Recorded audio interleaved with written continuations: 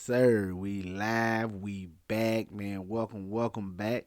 This is the Golden Goose DFS show. I am your host, Chandler Blakely, aka Goose. We are the leaders in single entry 3 max and 20 max content, but does not matter your particular style of play. If you're playing NBA DFS at all, man, this is one of the best spots you can be in. You will not regret your decision.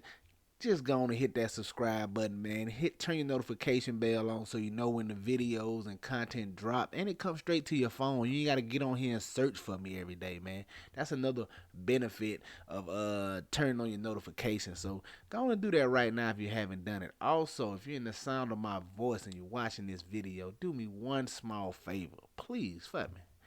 Hit that like button, man. Let's get the likes up on this video. Loving the viewership, just the ratio of likes is a little off for me. You know what I'm saying? Let's come on and hit this like button, man. If you didn't hit it yesterday, hit it today, man. Come on with it. I greatly appreciate you. Thank you for tuning in. This is my starting five, where I bring you five plays that's more than likely gonna be in my player pool across both sites. That's DraftKings and FanDuel. And I always say more than likely because you do have injury news, late scratches, things of that nature that will affect the lineups I give you here. So keep that in mind when you're watching these videos, man. Let's get right into it. Before I bring you the starting five, you know I got my lineup review, breaking down my highest scoring lineups from yesterday's slate, trying to see what we did right, what we did wrong, that sort of thing. So let's get right into it, man. Y'all know I don't like to keep it long. Yesterday on DK was like a break-even day. I lost probably like $5 off of my buy-in, so right at break-even. Just too much Keontae George too, man. He didn't destroy us at 4700, but he definitely didn't give us what we needed, especially when you had guys in that price range, that 4K to 5K price range. We had guys like Matherin, Herb Jones. Those guys have bigger nights. Nemhard outscored them. So when you got guys in that 4K range that just outperforms them, it really brings up a situation where you don't really need them. And George, I definitely could have used about 5 or 6 more fantasy points for you, but that's neither here nor there, man. Him and Walker Kessler really hurt me last night, man. I had a good amount of Walker Kessler, and that's what I hate about the Jazz, man. Anytime, as soon as you think you got a grasp on their minutes, they change him up on you. Kessler played like 16, 17 minutes last night, wasn't in foul trouble, just out the blue after he had been playing like 28 before the All-Star break. That's just why I hate messing with the Jazz so much. So George not having a bigger night as I needed, and Kessler hurt a lot of my lineups as well. But this was my highest scoring lineup right here, 326. At the top, man, Tyrese Halliburton. I told the gang last night. Once we got the lock, Zion and Halliburton was just like my favorite two plays. I felt Halliburton wasn't getting enough ownership, especially in the game with the highest team total. And I was hoping Detroit could stay in the game and keep it a little closer than what the Vegas predicted. They did just that, but Halliburton didn't have to go too crazy. Got off to a great start. Only finished with 52 fantasy points. He was very solid, 9,400, but definitely could have used a little 60 plus from him, like I had in mind in this spot, especially with Luka and Jokic both going for over 70. So, but Tyler Halliburton was solid. Andrew Nemhard here, man, 9.4%. 28 fantasy points, another solid play in this spot. Benedict Mathurin, just a lot of this Pacers Pistons game. I felt like outside of Mathurin, the other Pacers weren't getting enough ownership. That's why I was on Halliburton so much. But Mathurin, right at 40% on, gave 31 fantasy points. Very solid for him. He got off to a slow start, had me a little nervous, but he finished up strong. Herb Jones got to more of Trey Murphy. I thought he was a better play than Herb Jones, but Herb Jones is capable in spots like I told the gang last night. He had a little three ball going for him, scored a few more points than normal for him. But what really did is the 7 steals. You know what I mean? Crushed it with 7 steals here. That's just one of those rare items. That's 14 fantasy points on DK. It's 21 on FanDuel if you had him over there. So that definitely definitely contributed to the big night. You're not gonna have this too many. You're not gonna have this too many nights. He just had a great night in the steal category for 44 fantasy points at 12% on. Jokic, man, I talked about him yesterday, but more on the FanDuel side. But just a great spot going against the Washington Wizards. Everybody know take centers against the Wizards, and if you don't know, you know now, or you should know. Take centers against the Wizards, man. This is a prime spot for him. 72 fantasy points from him in this spot, man. Big triple-double here. Darius Garland, 44% on. Just became one of my favorite plays as well. Once that Mitchell news came out, my core three plays yesterday with Garland, Halliburton, and Zion was the plays we was rolling with. Garland definitely got off to a super slow start, man. I think he only had 10 fantasy points at the half or something like that. Definitely salvaged. Could have had a much better night had he had a better first half, but 40 fantasy points from him was solid at 5,900. Grant Williams, 14%. He just continues to play solid over here with the Hornets, man. 32 fantasy points for him. I would definitely take it in that spot. And then Keontae George, we already talked about him. Like I said, pretty much a break-even day on DK, man. Kessler really hurt me, and George not being as big a performer as I expected. But okay day. FanDuel, man, got my hand caught in the cookie jar here. Just trying to got caught editing my lineups right before lock, and I saw that I wasn't gonna make it, so 30 seconds left. It just had to click guys in to finish my lineup, so that's how I ended up with guys like Alex Burke and Nicholas Batum here, who wasn't even on my radar. If I just get my lineup in time, it's an easy cash for me. But 278 over here, plenty of Garland as well, 37 fantasy points. Like I said, just locked in Burks because I had time was running out. I don't even want to talk about it. He was terrible. Devin Booker was on him yesterday as well. Got him and Kyrie in this lineup. As I chopped it up with y'all yesterday, I talked about them on DK on the DK side. I like Booker and Kyrie. Got them both here in this lineup. Kyrie was solid, but Luka had the far better day in this spot. Isaac Okoro just was rolling the dice here, trying to get a value piece. 6% on. He gave you 19 fantasy points. Benedict Mathurin again was just heavy on him yesterday. Batum, like I said, don't want to talk about it. Just got caught at lock. And that's how I got Collins in here as well. But finishing out the lineup, Batum sucked. Zion Williamson, 52% on, gave us a 50 burger. And then John Collins, 35 fantasy points from him at 45% ownership. So, like I said, rough day on FanDuel, man. Just got caught at the last moment editing my lineups. Couldn't get my corrections before lock, and that ultimately killed me over there. Now, let's get to today's slate, and we got a tale of two slates, man. You got DK with a 6-game main slate and a 4-game late slate. I will be playing both of them. Y'all just get the main one here, though. But if you subscribe to that Patreon, you know I'll be live for that night slate as well. And then FanDuel decided to keep it all together, and you got one big 10-gamer over there. So very interesting to see how everybody approaches these slates across both sites tonight. But over here on DK, man, at the top, point guard, I think we can go right back to Darius Garland, even if Donovan Mitchell plays. Donovan Mitchell could be. We got a couple of questionable guys over here that we definitely going to need the news on. You got Donovan Mitchell's questionable coming off of illness. Brandon Ingram questionable coming off of illness.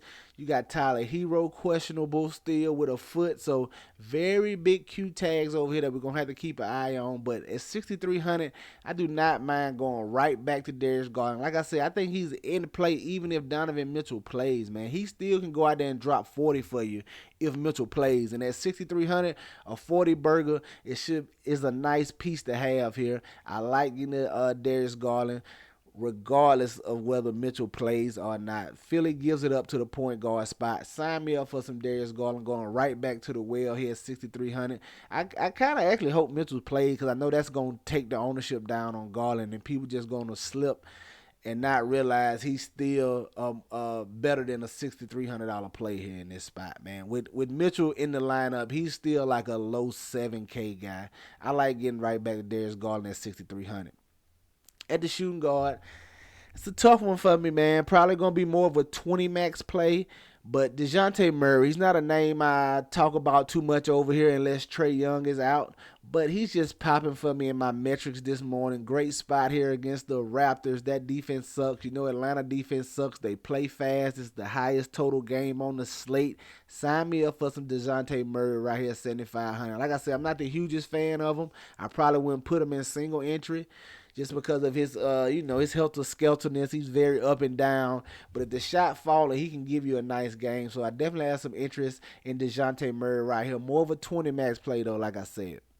At the small forward, I want to look at Jimmy Butler. He's another guy. I'm going to like him regardless whether Tyler Hero plays or not. But if Tyler Hero is out, that just sign me up for all the Jimmy Butler. I'm going to be heavy Jimmy Butler with no Tyler Hero because that's going to lead to Butler having to do more shot creation over there. And I like him at this 7,700 price tag. So definitely get into some Jimmy Butler regardless. But if Tyler Hero is out, man, sign me up. The Heat got to start going and get their groove going and working their way into this playoff, getting ready for a playoff run. So I like Jimmy Butler here at 7,700 as he started to tick it up and get to going here the second half of the season going into the playoffs.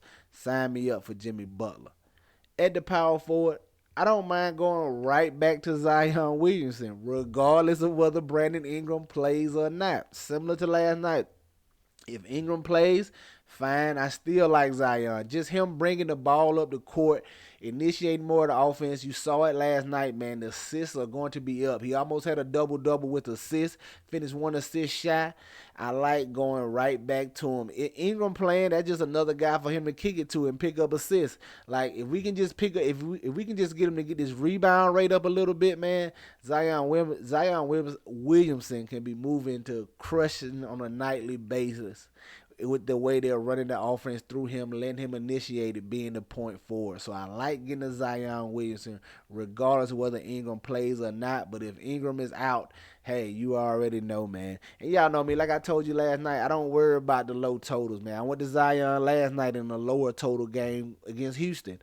When it's a low total game, it's still fantasy value to be had. I just look to the stars more in low total games. But sign me up for some Zion Williamson tonight. Then at the center spot, man, looking at Clint Capella, 5,900. Should be back in the starting lineup. Good to go. Was injured before the All-Star break. Him and Okongwu, so you were seeing some Fernando there. But Capella's back. Should step right back into his starting role. Should be able to get as many minutes as he can handle, man. And the pace of this game, like I said, the highest scoring total on this game. Sign me up for Clint Capella. Should easily walk into a double-double down there. Got to battle Jakob Poeltl a little bit, but he's fine, man. Him and Trey in the pick and roll all game. I like it. Sign me up for Clint Capella at 5,900.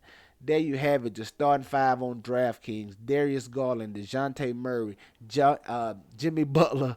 I'm about to say Jimmy Johns, man. Jimmy Butler, Zion Williamson, and Clint Capella. All right? Let's go look at FanDuel and see what I'm feeling over there. FanDuel at the top, yes, believe your eyes. Let me jump in my bag real quick. Speaking of that Tyler Hero news, I'm looking at Daylon Wright here. I think he's in play whether Rozier is out, whether Hero plays or not, because they really don't have another point guard. They went and signed him off from the buyout right over before the All-Star break. But Daylon Wright here at 3,700.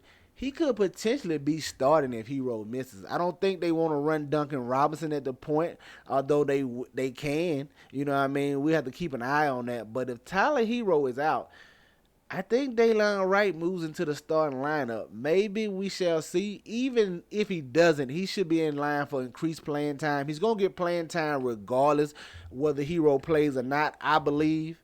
So, but we shall see. It's a little risky. Definitely a 20 max play, but Daylon Wright is a value piece I got my eye on, guys.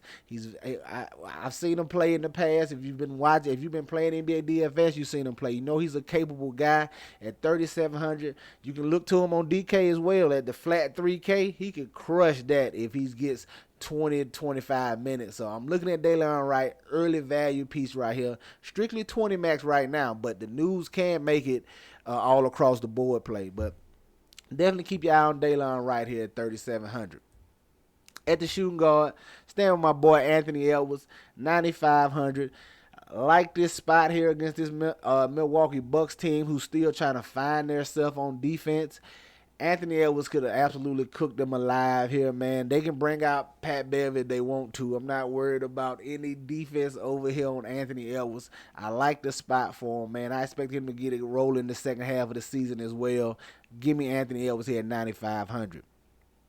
At the small forward, stand with Jimmy Butler, man. I got my eye on Jimmy Butler. A little more expensive over here, but like I said, if Hero is out, man, he's just gonna do so much to initiate the offense.